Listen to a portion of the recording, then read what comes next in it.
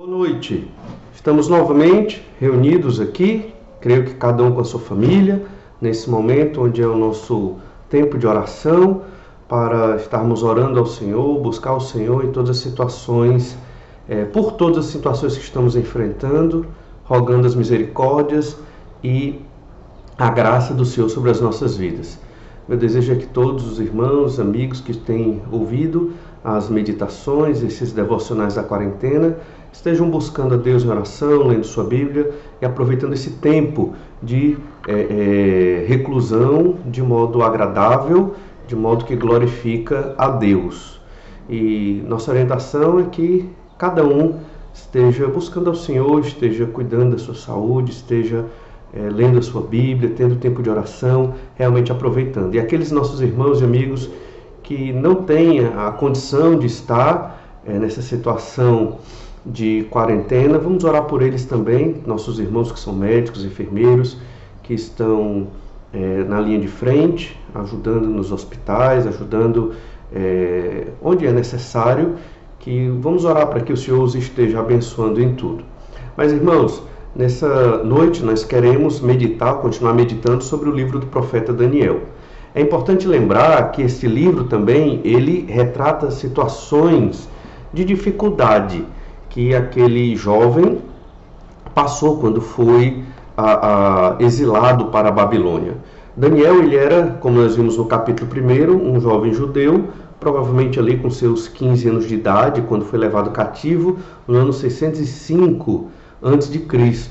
E ele foi levado cativo pelo rei Nabucodonosor e ali foi submetido a ter que se amoldar a uma cultura contra a cultura de Deus. Então, num certo sentido, isso mostra muito do que nós vivemos hoje. Somos levados muitas vezes ou orientados a nos amoldar a uma cultura contra Deus. Só que, obviamente, nós rejeitamos a cultura contra Deus e buscamos servir ao Senhor em tudo aquilo que Deus tem colocado para nós na Escritura. Daniel fez assim. Ele, apesar de tudo ser contrário, ele buscou se santificar, obedecer e adorar o Senhor nosso Deus. Vimos isso no capítulo 1, quando Daniel firmemente ele se colocou contra a alimentação que lhe era dada, uma alimentação que era apresentada aos ídolos em rituais idólatras, e ele rejeitou para poder obedecer Levítico, capítulo 11, que trata das leis dietéticas, que na velha aliança era um grande sinal de santificação. Agora nós queremos observar o capítulo 2 do livro do profeta Daniel. É importante, antes de começar o capítulo 2, dizer que no final do capítulo 1 nós temos o tempo em que Daniel ficou ali como, digamos, um sábio na Babilônia, né? Um político também, mas acima de tudo um sábio. Eles chamavam de magos, aqueles que traziam conselhos ao rei e tinham essa habilidade de interpretar sonhos e interpretar as visões. Mas no final do capítulo 1 de Daniel, verso 21, nós lemos assim: Daniel continuou até o 1º ano do rei Ciro. Então entendemos que até o momento em que Ciro foi o grande rei persa, e ele domina o Império Babilônico, Daniel estava lá. Então, dos seus 15 anos que ele chega até, muito provavelmente, mais de 90 anos de idade, Daniel viveu ali na Babilônia. Mesmo quando Ciro foi imperador, a Babilônia ficou sob o domínio medo-persa e Daniel continuou ali. Agora, no capítulo 2, nós observamos um momento muito especial do livro do profeta Daniel. É um capítulo onde Nabucodonosor ele tem um sonho muito diferente. E como muitos de nós já lemos esse capítulo, ele nos fala sobre como Daniel interpreta esse sonho. Como eu falei no capítulo 1, Daniel ele era um jovem da nobreza de Judá que foi levado cativo e estava sendo treinado por Nabucodonosor na corte babilônica para ser um tipo de emissário da Babilônia para províncias, quando essas províncias tentassem se rebelar. Então eles enviavam esses jovens para que os jovens pudessem apaziguar, principalmente um jovem da mesma nacionalidade e cultura da província que tentava se rebelar. Então Daniel ele estava sendo treinado numa universidade, digamos assim, usando essa palavra para melhor entendimento, uma universidade babilônica. E no final dos seus 3 anos de treinamento, ele seria avaliado por Nabucodonosor, o que aconteceu no final do capítulo 1. Ele foi muito bem avaliado, tanto no seu conhecimento, na sua sabedoria, quanto na questão física também. A educação antiga, não só a grega, mas antes mesmo da educação grega, greco-romana, havia a educação antiga, ela previa não só a questão do conhecimento, mas também o aspecto físico como parte fundamental da educação de um indivíduo. E Daniel e seus 3 amigos foram muito bem aprovados nessa questão. Então, no capítulo 2, do livro do profeta Daniel, nós percebemos uma parte da história que está no meio do treinamento, do meio para o fim do treinamento de Daniel, visto que Daniel ele não estava ainda com os magos, os magos aqui entendam, os sábios, aqueles que aconselham o rei e aqueles até que realmente fazem previsões, interpretam visões. Daniel ele não estava ainda nesse círculo quando Nabucodonosor fez o seguinte pedido. Nabucodonosor pediu para que os sábios e entendidos, os magos ali do seu reino, interpretassem o sonho. Mas ele foi além. Ele não só queria que eles interpretassem o sonho que ele teve, como queria também que eles adivinhassem o sonho, porque obviamente Nabucodonosor estava meio desconfiado dos seus magos ali. Então vamos ler um pouco do capítulo 2 do profeta Daniel, capítulo 2, a partir do verso 1, que diz assim: No 2º ano do reinado de Nabucodonosor teve este um sonho. O seu espírito se perturbou e passou-se-lhe o sono. Então o rei mandou chamar os magos, os encantadores, os feiticeiros e os caldeus para que declarassem ao rei quais lhe foram os sonhos. Eles vieram e se apresentaram diante do rei. Disse-lhes o rei: Tive um sonho, e para sabê-lo está perturbado o meu espírito. Os caldeus disseram ao rei em aramaico: Ó rei, vive eternamente. Dize o sonho a teus servos, e daremos a interpretação.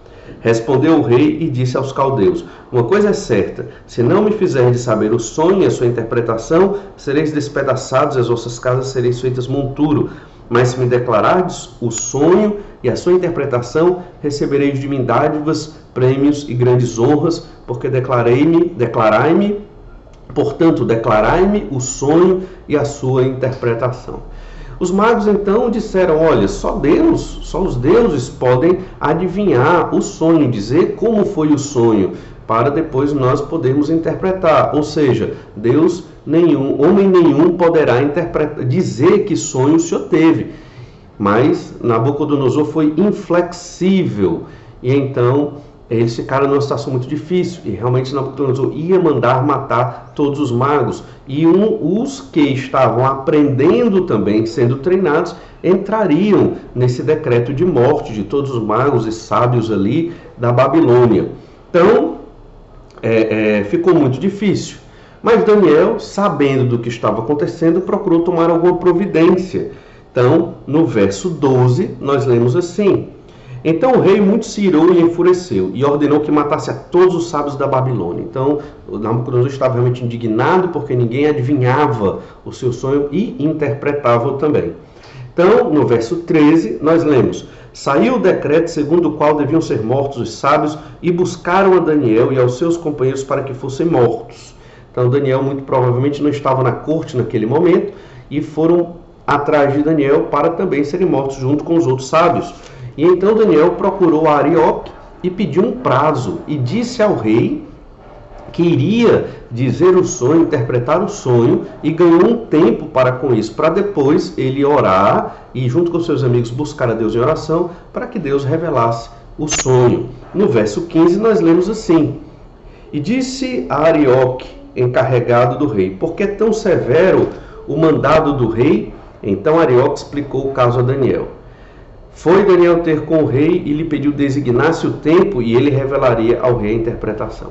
Então Daniel assumiu a responsabilidade. Muito provavelmente ele ainda estava no término do seu treinamento.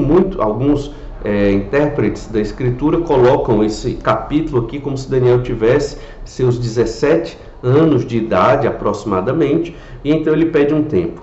e nesse tempo ele vai orar a Deus, busca ao Senhor junto com os seus amigos. Olha o verso 17.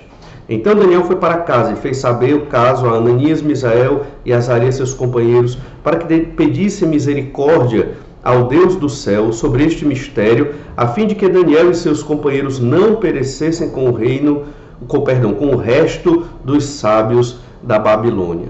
Veja que Daniel ele não sabia se Deus ia querer lhe dar a revelação do sonho ou não. Mas de todo jeito, se Daniel não conseguisse revelar o sonho, todos seriam mortos mesmo.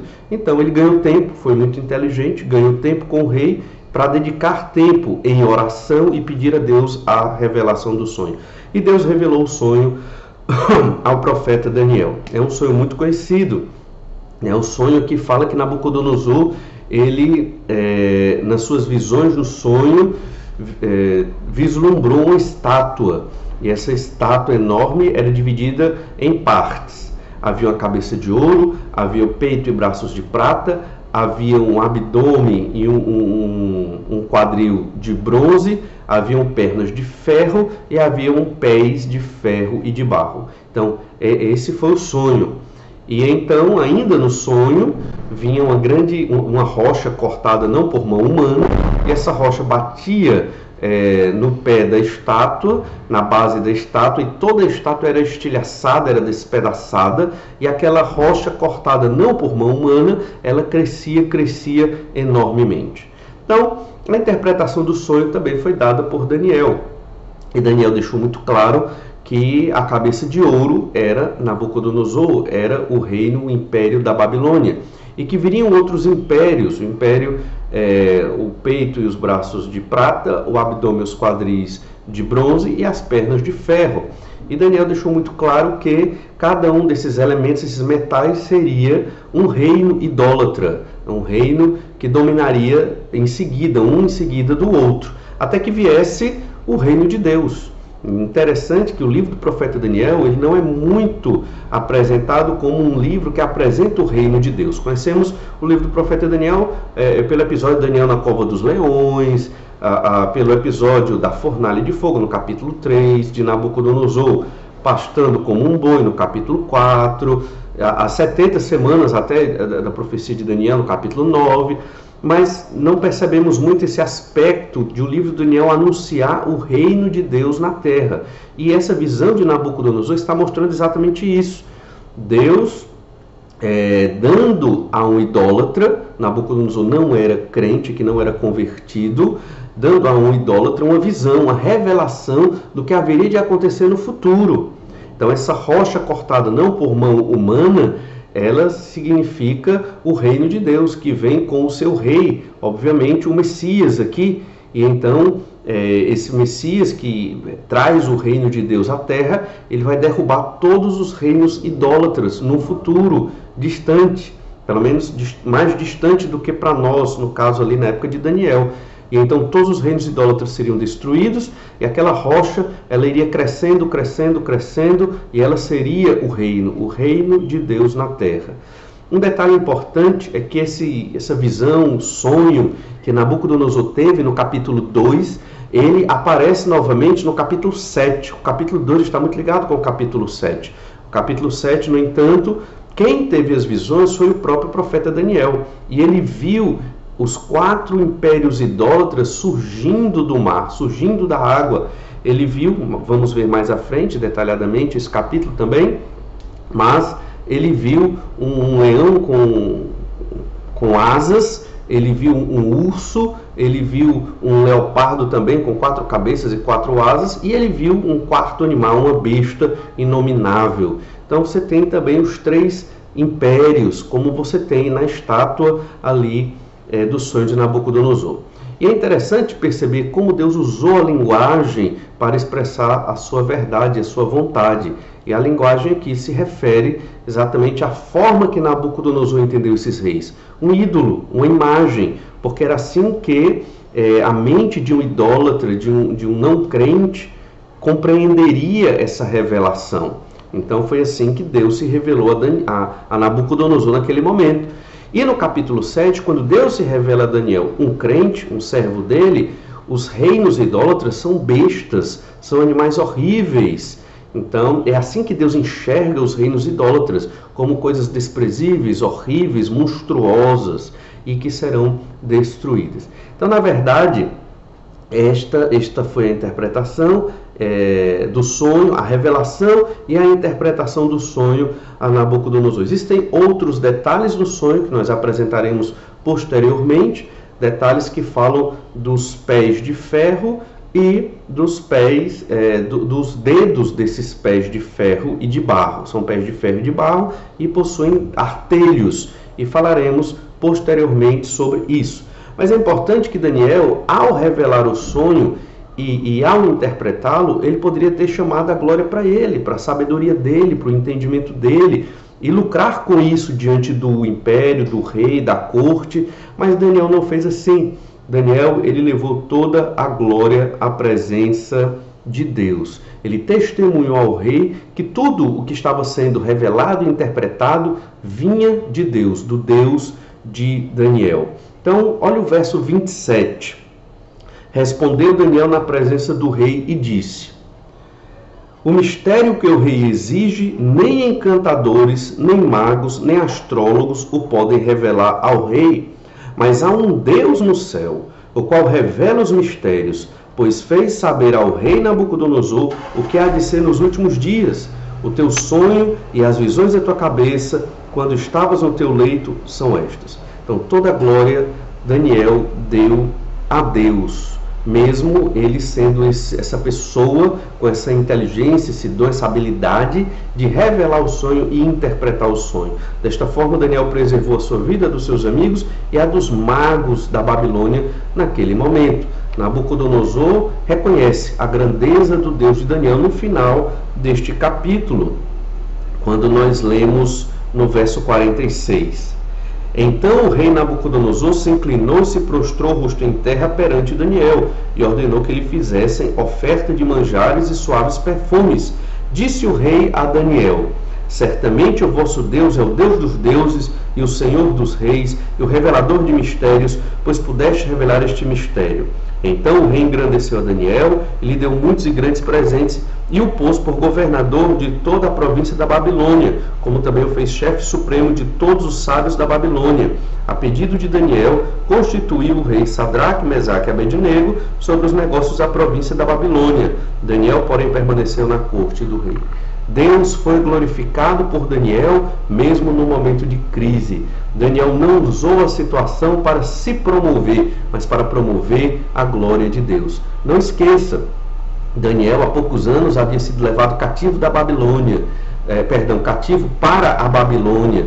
Daniel certamente perdeu seus pais. Se eles não morreram, que certamente é muito trágico, pelo menos ele ficou distante do convívio dos seus pais. Ele era muito jovem, muito novo, mas mesmo assim, apesar da sua juventude, ele testemunhou de modo maravilhoso diante do imperador do mundo, Nabucodonosor, que era o homem mais poderoso do mundo. E Daniel estava ali proclamando a glória de Deus diante de Nabucodonosor. Esses versículos finais que lemos não quer dizer que Nabucodonosor se convertera, mas que ele reconheceu o poder do Senhor. O nosso evangelismo hoje deve trazer esse efeito, a glória de Deus no meio dos descrentes. E se aqueles que ainda não creram no poder do Senhor, e ouvindo a mensagem de Deus, não crerem, eles devem pelo menos reconhecer a glória do Senhor nosso Deus. Nosso Deus permitiu a chegada desse vírus, tem permitido muita tristeza no mundo, com muitas mortes. Mas o Senhor está no controle e no comando de tudo, Ele é soberano sobre todas as coisas. Se Deus quer que a humanidade padeça com tanto sofrimento, é porque certamente o Senhor quer abrir os olhos da humanidade para glorificar o seu nome, para reconhecer os seus pecados, para dar um passo atrás nos erros que as várias nações estão cometendo. O livro do profeta Daniel também fala de muitas nações, nações poderosas, e que certamente no seu entendimento de cada nação respectiva, sabiam de tudo, sabiam como fazer, como gerir, como dominar. Mas na verdade esse é um pensamento humano e um pensamento pequeno, porque todas as nações estão no poder do Senhor nosso Deus. Irmãos, nós temos de aprender a glorificar a Deus no meio das dificuldades, quando Deus nos der a oportunidade. Daniel não cavou a oportunidade, mas a oportunidade surgiu. Deus abriu portas para que Daniel glorificasse o nome dele. Certamente, em muitos momentos da nossa vida, Deus vai abrir portas para nós glorificarmos a Deus. Deus vai abrir oportunidades para que você fale do Senhor, da grandeza de Deus, do Evangelho do Senhor Jesus Cristo, do Evangelho do Reino, para seus familiares, exatamente nesse momento de crise. É um momento importante para pregar o Evangelho, para testemunhar, para falar do Reino de Deus que está chegando. E é exatamente o que essa visão de Nabucodonosor nos apresenta. Posteriormente, falaremos mais sobre o capítulo 2 do livro do profeta Daniel. Que Deus esteja te abençoando, cuidando de você e da sua família, e que nós cresçamos mais e mais nesse momento de quarentena. Vamos dedicar um tempo em oração, então, pedir que o Senhor nos abençoe e vamos aproveitar as oportunidades para a glória do Senhor. Vamos orar. Obrigado, Senhor, por tua graça e misericórdia e pelo teu tão grande amor. Nos usa, Senhor Deus, como o Senhor usou o profeta Daniel, para glorificar o teu nome no meio da adversidade. Que a nossa vida, ó Pai, mesmo no meio desta crise, nesta pandemia, glorifique o nome do Senhor. E que fiquemos cada vez mais esperançosos da chegada do teu reino. Tudo isso nós te pedimos em nome de Jesus. Amém. Deus abençoe a todos e uma boa noite.